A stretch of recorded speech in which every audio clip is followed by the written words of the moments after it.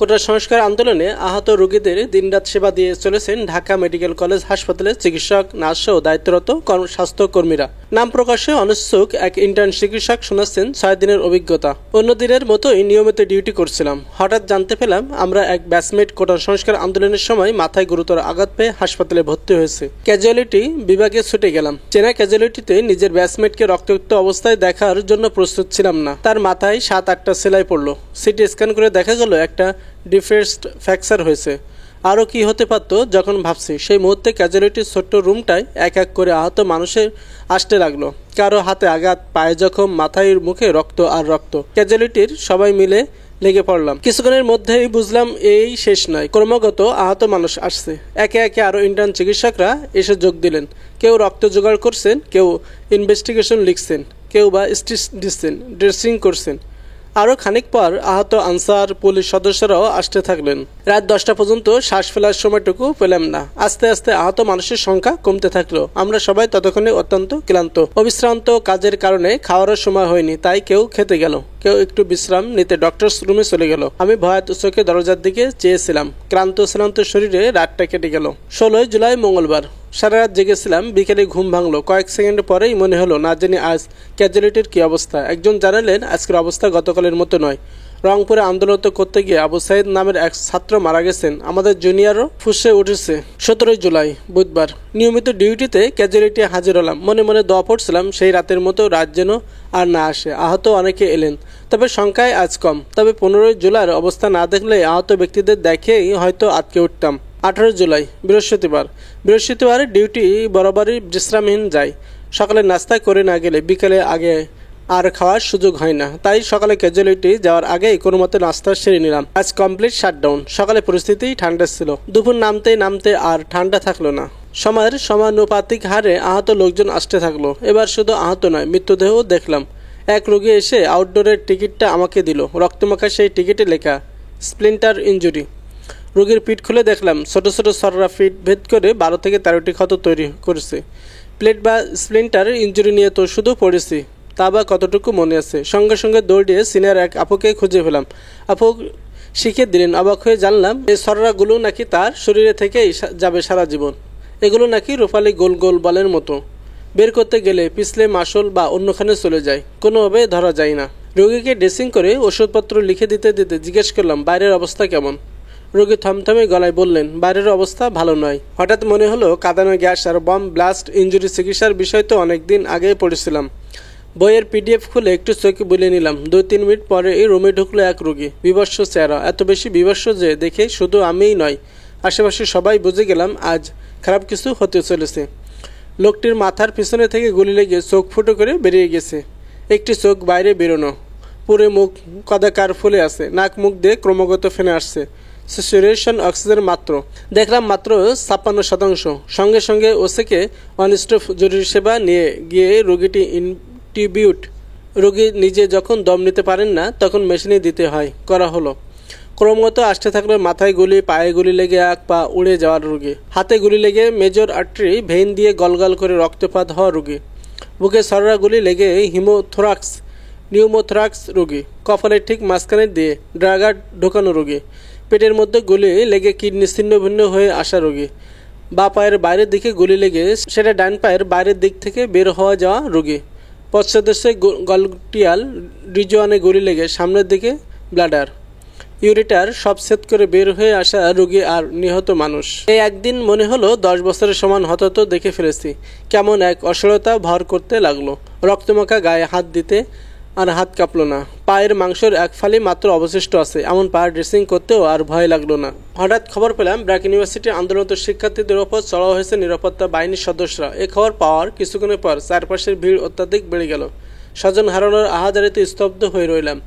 আরও ইন্টার্ন জোগাড় করে জলদি রেড ক্রিসেন্টে ফোন দিলাম। তাদের চিকিৎসক লাগলে আমরা তৈরি আছি জানিয়ে রাখলাম। একদলকে ব্লাড ব্যাংক থেকে রক্ত জোগাড় করার দায়িত্ব দেওয়া হলো। আরেক দলকে স্বেচ্ছাসেবকদের কাছ থেকে রক্ত সংগ্রহের দায়িত্ব দেওয়া হলো।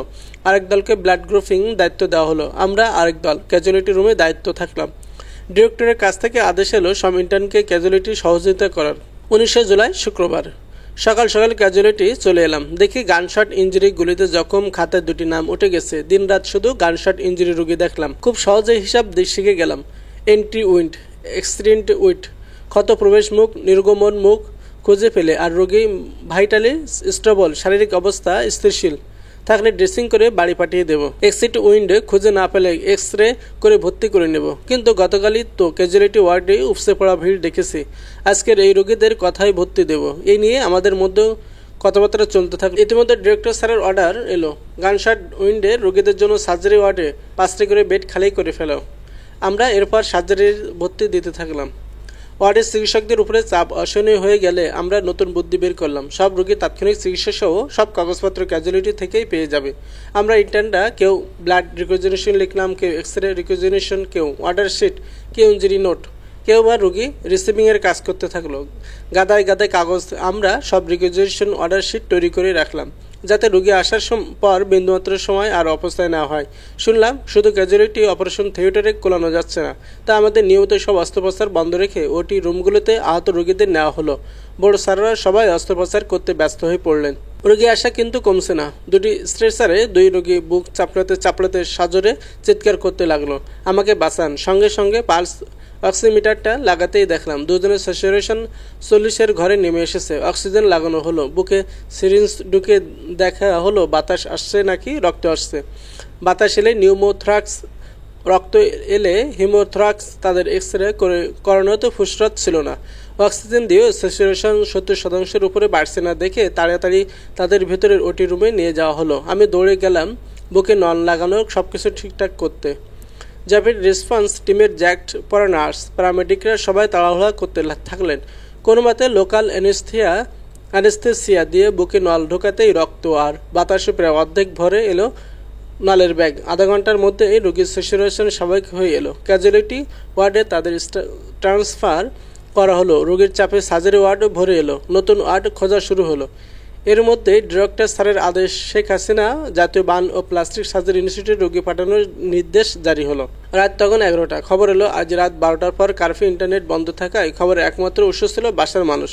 তারা আমাদের খোঁজখবর নিতে উদ্বিগ্ন হয়ে কল করতেন আর আমরা সঙ্গে সঙ্গে টিভি নিউজ জিজ্ঞেস করতাম। রাত 12টায় কারফিউ শুরু হলো। আমরা বুঝে উঠছিলাম না এবার নিহত মানুষের সংখ্যা বাড়বে নাকি কমবে।